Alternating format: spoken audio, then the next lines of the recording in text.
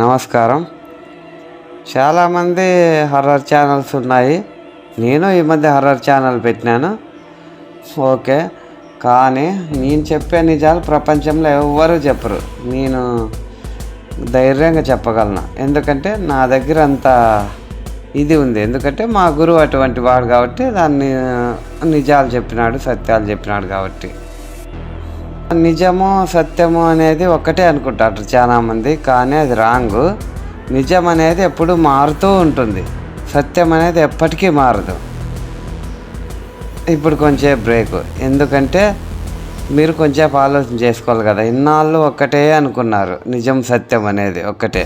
సత్యం అంటే కొంచెం స్ట్రాంగ్గా ఉంటుంది, నిజం అనేది స్ట్రాంగ్గా ఉండదు అని అనుకున్నారు. అది ఎగ్జాంపుల్ నేను ఒకటి చెప్తాను.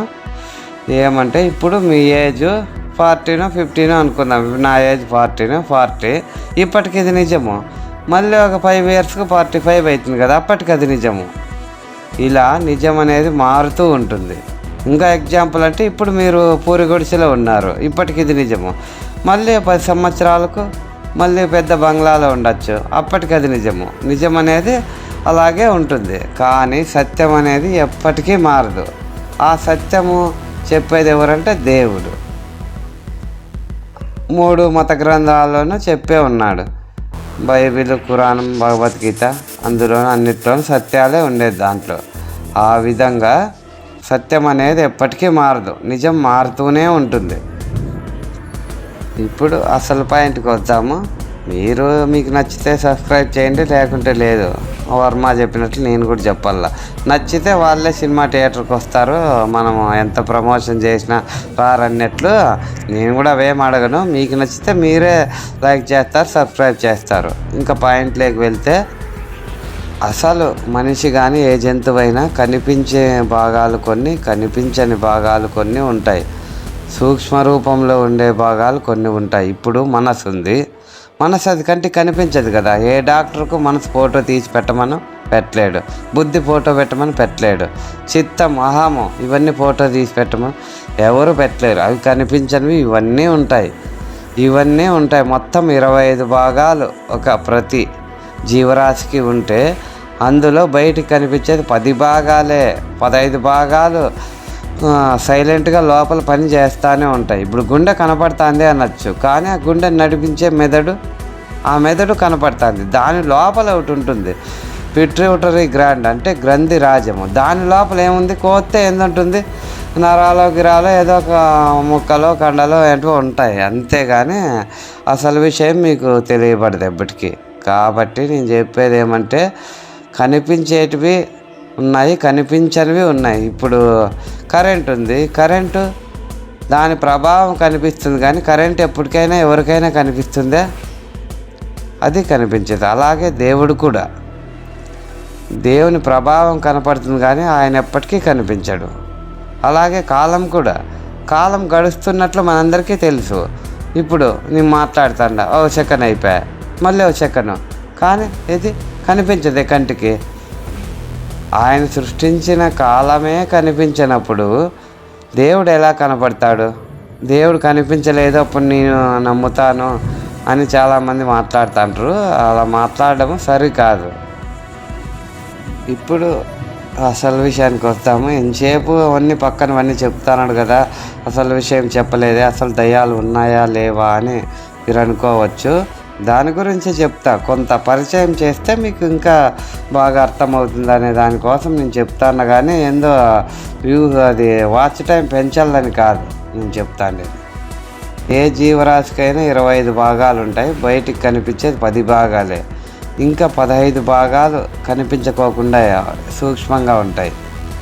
ఒక మనిషి చనిపోయినప్పుడు 10 భాగాలు మాత్రమే ఆ వ్యక్తిని కాల్చినప్పుడు, పూడ్చినప్పుడు అంతమైపోయేది. మిగిలినవి ఆత్మ, జీవాత్మ. మళ్ళీ ఇంకా నేను చెప్తేనే ఇంతకుముందు మనసు, చిత్తం, బుద్ధి, అహము ఇలాంటివి ఇవన్నీ అలాగే ఉంటాయి. దాంట్లో కాల్చేసి ఏ శక్తి లేదు దేవునికి తప్ప, ఎవరు దాంట్లో ఏం చేయలేరు. ఆ విధంగా ఉంటాయి. కాబట్టి శరీరం పోయినా కూడా మనిషి మాత్రం అలాగే ఉంటాడు. వాళ్ళకు మన మాదిరే ఆకలి అవుతుంది, నీళ్ళు దప్పిక అవుతాయి, చికెన్ తినాలనిపిస్తుంది, మటన్ తినాలనుకుంటుంది. ఒకవేళ బ్రాహ్మిన్స్ అయితే వాళ్ళు తినరనుకో, ఎక్కువ మంది వాళ్ళకి తినరనుకో, వాళ్ళ ఫుడ్ వాళ్ళు వెతుక్కోవాల.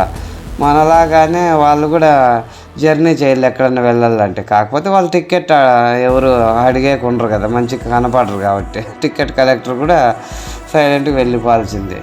ఈ విధంగా ఉంటుంది, చాలా ఇంట్రెస్టింగ్ ఉంటుంది దయ్యాల గురించి.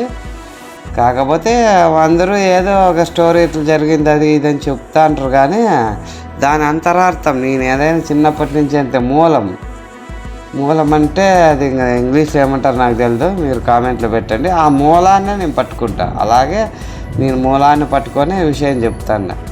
దయ్యాలు ఉన్నాయి, ఇప్పుడు ఊర్లో ఎంతమంది ఉన్నారో దానికి డబల్ ఉంటాయి. మన ఇంట్లో ఒక కూర వండుతాము, ఆ కూర చాలా మనం ఎన్నో రకాలుగా ఐటమ్స్ చేసి బాగా వండుకొని తినాలా అనుకుంటాము. మన అదృష్టం బాగుంటే అనుకున్నట్లు బాగా టేస్ట్గా ఉంటుంది. లేకుంటే ఆ రోజే అటువైపు వెళ్తున్న కొన్ని దయ్యాలు ఆ స్మెల్ వచ్చో లేదంటే మీకు తెలిసిన వాళ్ళు అయ్యుండొచ్చు, లేదంటే ఈ ఇంట్లో చూద్దాం ఈరోజు ఏం కూర వండుతాండ్రు అని సాయంత్రం వచ్చి అది అంతా సూక్ష్మ రూపంలోనే తింటారు. ఓన్లీ మనం తినేది మాత్రం అది వాళ్ళు వదిలేసిన వ్యర్థం, అదే పిప్పి వేస్టేజ్. అట్లా అందుకు అంతా అన్నీ బాగా వేసినాం కదా, ఈరోజు ఎందుకు కూర బాగలేదు, కర్రీ బాగలేదు అనుకుంటాంటారు. దాని లోపలంత అర్థం ఇలా ఉంటుంది. ఇంతకంటే ఎక్కువ చెప్తే మీరు వినలేరు అనుకుంటాను. ఇంకా నెక్స్ట్ ఏమో మీరు డౌట్లు ఏమన్నా అడిగితే చెప్తాను. అసలు దయ్యాలు ఉన్నాయా లేవా అని పాయింట్కు కరెక్ట్గా చెప్పాలంటే ఉన్నాయి. కనిపించినంత మాత్రం లేవని నువ్వు ఎట్లా అనుకుంటున్నావు? ఇప్పుడు నీ ఫోన్ సిగ్నల్స్ కనిపిస్తున్నాయా? కనిపించలేదు. ప్రపంచాన్ని నడిపించే శక్తే కనిపించలేదు. నీ ఫోన్ సిగ్నల్స్ ఏది కనిపించేది? దయ్యాలు ఏది కనిపించేది? అవి అడిగే వాళ్ళంతా మూర్ఖులు. కనిపించేదే మేము నమ్ముతామంటే కనిపించనివి ఎన్ని శక్తులు పనిచేస్తాయి. అది కామెడీగా ఉంటుంది.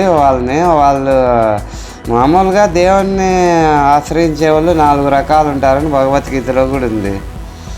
నన్ను ఆశ్రయించే వాళ్ళు 4 రకాలుగా ఉన్నారు: ఆర్తులు, అర్థార్థులు, జిజ్ఞాసులు, జ్ఞానులు అని చెప్పాడు. దాంట్లో ఆర్తులు అంటే ఏదో ఆపదలు వచ్చినప్పుడు ఆదుకోమని వేడుకుండేవాళ్ళు.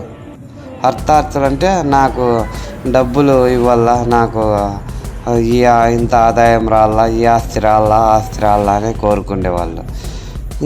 ఇంకా జిజ్ఞాస అంటే అవన్నీ వద్దు, దేవుని కొరకు నాకు ఉన్న డబ్బులు చాలు, నీ దగ్గరికి చేరుకోవడానికి ఒక రూట్ నాకు తెలియజేయి దేవుడా అని వేడుకునేవాళ్ళు. జ్ఞానులు అంటే వాళ్ళకి పూర్తిగా ఇంకా దేవుని రూటు తెలుసుకున్న వాళ్ళు ఇంకా ఆ విధంగా ఉంటారనమాట. ఆ తర్వాత యోగి ఇంకా అవన్నీ ఉంటాయనుకో, నెక్స్ట్ స్టెప్స్ అవన్నీ చాలా ఉంటాయి. ఇదంతా దయ్యం స్టోరీ అడ్డ పెట్టుకొని నేను చెప్తాను. ఇది మీ జీవితంలో ఉపయోగపడుతుంది నేను అనుకున్నాను. ఎడిటింగ్లు అవన్నీ టైం వేస్ట్ అని నేను డైరెక్ట్ ఇట్లా చెప్తా అంటాను. మీరు కూడా మీ ఫ్రెండ్, మీ బంధువు ఎవరన్నా అనుకోండి. వీడియో నచ్చితే లైక్ చేయండి, సబ్స్క్రైబ్ చేయండి.